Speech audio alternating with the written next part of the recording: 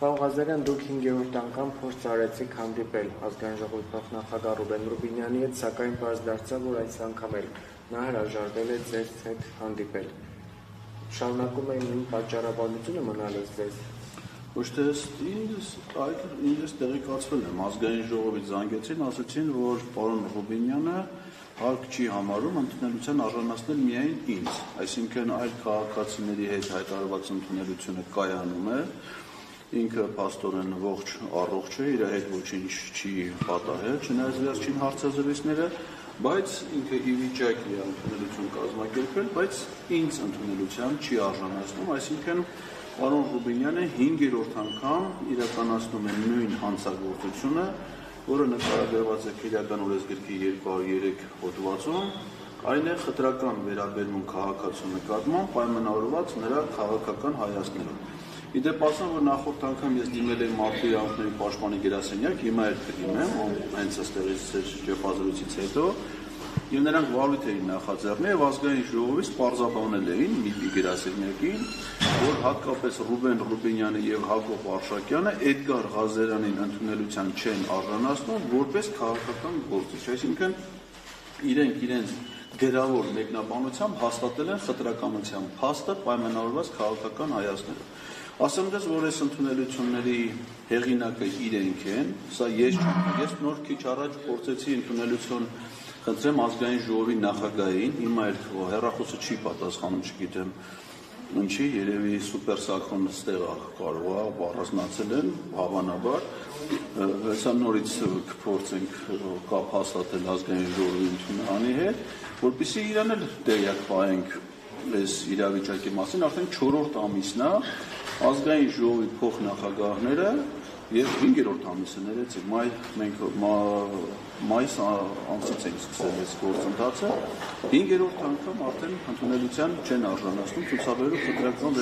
հիմա մարդը կարող է տեղյակ չի։ Ինչ իրավական պրոցեսներ հաջորդեցին բացի այդ վարույթը ՄԻՊ-ի,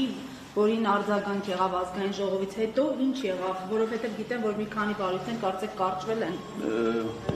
Ոչ թե կարճվել են, այլ նախ վարույթներ չեն նախաձեռնել, ես բոլոր գործերով դիմել եմ դատախազություն, վաղնել եմ դիմելու, ուղարկում են Արաբկիրի քննչական բաժին, այնտեղ հրաժարվում են վարույթ նախաձեռնել, ես բողոքարկում եմ եւ այս պայդրությամբ արդեն ունեմ 2 շահած դատ եւ դատարանը պարտավորեցրել է քննչական կոմիտեին նախաձեռնել վարույթ։ Ինչ է հետաքրքիր, որ դատարանի պարտավորեցնելուց հետո քննչական կոմիտեն հոկտեմբերի 16-ին նախաձեռնում է վարույթ, 17-ին հայտարարում է վարույթը ավարտելու մասին առանց որևէ վարույթային գործողություն անելու։ Ես ներկայացնում եմ 9 միջնորդություններ այս վարույթի շրջանակներում, որ հարցաքննություններ անեն, նույնիսկ ինձ որպես վկա, որպես ուժող այդ վարույթում չեն, այսինքն վարույթը նախաձեռնել են, ոչ ուժող կա, ոչ վկա կա, ոչ մեղադրյալ կա, ու անմիջապես վարույթը փորձում են կոծկել, փակել։ Խոսքը ընդունելությունների մասին է, բայց դատարանի որոշում կա, իսկ իրենք պարտավոր են այդ վարույթները նախաձեռնել եւ ես հետեւողականորեն շարժվել եմ այդ ուղղությամբ, այսինքն այս պայթյունությամբ ես արդեն մի խմբակցություն եմ ձևավորել ԿՊ-ի ներսում հանցագործների 24 հոգի մեջը ներառված են երևի Ռուբինյանի նշանակի խմբակցության ղեկավար, որտեղ ինքը չեմպիոն է ամենաշատ չընդունելու հարցում Չէ, իրանք կապած թե ով ինձ ընդունելության չի արժանացրել, այսինքն այնտեղ կրկնահանցագործության դեպքեր կան, ընդհանուր ընդունելության չարժանացնելու քանակը շատ է, բայց ասենք Հակոբ Արշակյան 4 հատ, Ռուբինյանը դառավ 5 հատ, այնտեղ էլի պատգամավորներ կան, որ կրկնակի հանցագործություն։ Ես մի խոսքով ԿՊ-ի ներսում արդեն 24 հոգանոց խմբակցություն ունեմ, եւ ես կարծում եմ, որ իրանք մի փրկություն ունեն այս հանցանքից ի վերջո արդարացվելու, վարույթը կարճվելու, որ գնան Հայկ Մամիջյանի մոտ եւ միանան վարչապետին անվստահություն հայտնելու գործը։ Մեզ հենց այդքան էլ պակասում է մոտավորապես։ Եթե հիմա ԿՊ-ից 24 հոգի միանան նախաձեռնությանը, վարչապետին հնարավոր կլինի անվստահություն հայտնել, մենք էլ կպրծենք իրենք վարչապետին անվստահություն հայտնելու գործընթացը որակում են անլուրջ։ Այսինքն, եթե մի գործընթաց նկարագրված է սահմանադրությամբ եւ դա իրենց որպես պատգամավորների պարտականությունն է, դրա անլուրջը ո՞րն է։ Այսինքն, եթե իրենք փաստորեն իրենց պատգամավորի որպես պարտականություն կառավարության գործունեությունը վերահսկելու անլուրջ են համարում։ Չէ, կոնտեքստով չի ասում են, որ որևիցե հիմք չկա Նիկոլ Փաշինյանին անվստահություն հայտների վերջո ըստ իրենց ձևակերպած Նիկոլ Փաշինյանն ինչ անում են, ճիշտ է անում, իրենք էլ կիսում են, տեսնում եք, հա, որտեղ գնում են պատարագի հետևից գնում են պատարագի։ Պատարագի հենց կակրած չեն գնում։ Գնում են, չի բոլորը, բայց գնում են։ Ահա, այս Ռոմանոսն էր գնացել, կանգնած էր հետևում, բայց անցած անգամ չէր գնացել։ Արադ Միրզոյանն այս անգամ գնացել, անցած անգամ չէր գնացել, նաև կարծում չեմ անի որպես շրջանավարտ, կարող է պրակտիկա էր որպես գնացել, որտեղ նա ասենք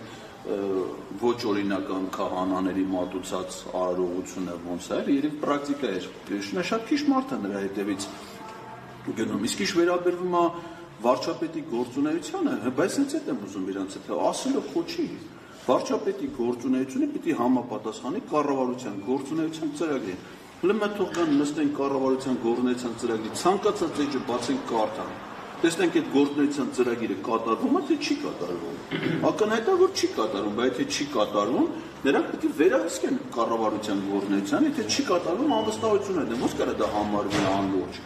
Անլուրջ իրաց հիմիկվա կարգավիճակն է եւ այս գործընթացին այստեղ գալու նպատակը նրանց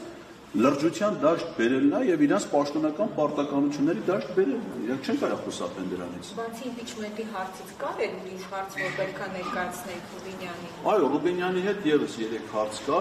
Մեկը վերաբերվում է դրան, որ ինքը ընդգրկված է Ալեն Սիմոնյանի կարգադրությամբ ստեղծված Հայաստանի Հանրապետության եւ Արցախի Հանրապետության ազգային ժողովների միջև համագործակցության հանձնաժողովի կազմում։ Եվ ես ուզում եմ իմանամ, ինքը որ փաստորեն ամեն օր փող է ստանում նաև որպես այդ հանձնաժողովի անդամ։ Ես ուզում եմ իմանամ այդ հանձնաժողովը քանի նիստ են գումարել մինչև հիմա, ինչ հարցեր են քննարկել, ինքը այնտեղ ինչ դիրքորոշումներ ունի, առաջիկայում երբ է նիստ նախատեսվում, ինչ են պատրաստվում անել, ինքը այդ հանձնաժողովի անդամ է։ Իր պարտականությունների կատարման վերաբերյալ տեղեկություններն են ինձ հետաքրքիր։ Երկրորդը ինձ հետաքրքիր է նրա կարգավիճակը, որովհետև նրա կենսագրական տեղեկություններում կա, որ ինքը ի թիվս ԿՊ-ական այլ գործիչների Նիկոլ Փաշինյանի, Սասուն Միքայելյանի, Հակոբ Արշակյանի 2016 թվականի մայիսին մասնակցել են ապրիլյան պատերազմին։ Մայիսին են մասնակցել, բայց իրաց մասնակցությունը եղել է այն, որ որպես ԿՊ-ի կամավորական ջոկատի անդամ գնացել են Արցախի պաշտպանության բանակ եւ Արցախի պաշտպանության բանակի զորամասերից մեկին կցված իրականացրել են ինժեներական աշխատանքներ, ասենք փորել են փոս։ Ես հիմա ուզում եմ իմանամ ինքը ուզում է, չի ուզում գնա մատ իր փորած փոսը տեսնի, միգուցե մտնի մեջը, միգուցե անվտանգային նկատառումներից ելնելով հողը տա վրեն։ Բայց հետաքրքիր է իր փորած փոսը որ երկրի տարածքում է ինքը փորել։ Եթե դա Ադրբեջանի տարածքում է, հիմա ինչի չի գնում Ադրբեջանի տարածքում փոս փորի, եթե ինքը փոս փորող է Ադրբեջանի տարածքում։ Եթե փորելա որպես ինչ է փորել, ռազմական հանցագործ է ինքը, թե պետական դավաճան, ինձ է դա հետաքրքիր իմանալ իրանից, իր կենսագրական տվյալները եւ իր այսօրվա հայտարարությունները։ Եվ նաեւ հայ-թուրքական գործընթացում հայտարարում են, ասում են Ռուբինյանը այդ գործընթացի հայկական կողմի ներկայացուցիչը։ Նայում ենք սահմանադրությանը, կառավարության արտաքին քաղաքականությունը վարում է կառավարությունը։ Ռուբինյանը օրենսդիր իշխանության ներկայացուցիչ է։ Սահմանադրությամբ ասում է, որ իշխանությունները տարանջատված են։ Օրենսդիր իշխանությունը վերահսկում է կառավարության, օրենսդիր իշխանության ղեկավար մարմնի ներկայացուցիչ, ոչ է կառավարության ֆունկցիա իրականացնում։ Վարչապետի որոշում չկա, որ ինքը այս ֆունկցիա իրականացնում, այսինքն ինքն իրավչությամբ զբաղվում, բայց ուրեմն իրանից հիմա կարող է ինքը տեղյակ չի մեր երկրի օրենքներից, կա իր կարգը, կարող է ինքը չգիտի, որ ինքը ազգային ժողովի փոխնախագահ է։ Մենք ուզում եմ իր հետ այդ հարցերը լավ կլինի ձեր ներկայությամբ փորձենք պարզաբանենք, որովհետև ինքը երբեմն ջեպազարիստներ տալիս է ազգային ժողով։ Այնպես է տահաշ ձեն ունի, շատ երկար չի լինի իրան լսել, էլի, այնպես ճահճաղան այնպես ձեն ունի։ Բայց մենք այն ամենից պետք է հասկանալ իրանից, ինքը ով է, իրանից ինչ է ներկայացնում, այս ինչով են զբաղվում մեր երկրի։ Ես որպես քաղաքացի այդ իրավունքը ունեմ եւ իրանց ընդունելությունն էլ հայտարարում են, որ այդ իմանան։ Հայտարարում են գալիս է փախնում են։ Աղազան Նացիկ, որ Ալեն Սիմոնյանի հետ էիք փորձում կապվել ընդունելության համար գրասենյակ, վերցնող չկար, ինչ հարց եք ուզում քննարկել Սիմոնյանի հետ, արդյոք նաև երեք հրապարակված այդ կարճ դիալոգը Փաշինյանի հետ, որտեղ փորձում էին գտնել հաղթելու ենք հեշթեգի հեղինակին։ Չէ, դրանից տեղյակ չեմ, ճիշտ ասած, դա ինձ չի հետաքրքրում։ Ազգային ժողովի նախագահը ըստ ազգային ժողովի կանոնակարգ-սահմանադրական օրենքի պատասխանատու է ազգային ժողովի աշխատանքների կազմակերպման համար, իսկ քաղաքացիների ընդունելությունը ազգային ժողովի աշխատանքների մի մասն է կազմում։ Ես ուրեմն ինքը տեղյակ կա, որ ազգային ժողովի փոխնախագահները ընդունելություններ են տապալում, ազգային ժողովի պատգամավորները չեն ներկայանում քաղաքացիների ընդունելության, չեն ցուցաբերում, այդ իր պարտականությունների մեջ է մտնում եւ նաեւ մի քանի հարց իրան այդ գործընթացի հետ կապված։ Օրինակ, այդ իր ստեղծած հանձնաժողովը, որ ասում եմ Արցախի Հանրապետության ազգային ժողովի, դա նախագահն է։ Այդ էլ այնց հետաքրքիր, կամ ինքը 2020 թվականին ազգային ժողովի պատվիրակության ղեկավարն ա եղել Արցախում իրականացված ընտրություններում դիտորդական առաքելություն է իրականացրել։ Հիմա ասում է, որ Արցախը ապօրինի կազմավորում է փաստորեն, Արցախի իր այդ դիտորդական առաքելությամբ ընտրված ազգային ժողովի գործունեությունը Հայաստանի տարածքում համարում է Հայաստանի անվտանգության սպառնալիք, երբ որ Հայաստանի ազգային անվտանգության ռազմավարության մեջ դա սպառնալիք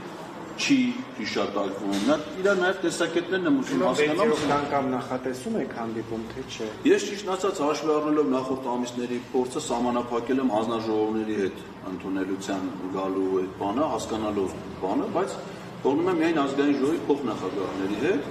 եւ այո, Ռուբինյանի եւ Հակոբ Արշակյանի հետ դեկտեմբեր ամսվա։ Նախ Հակոբ Արշակյանին ամսի 21-ին է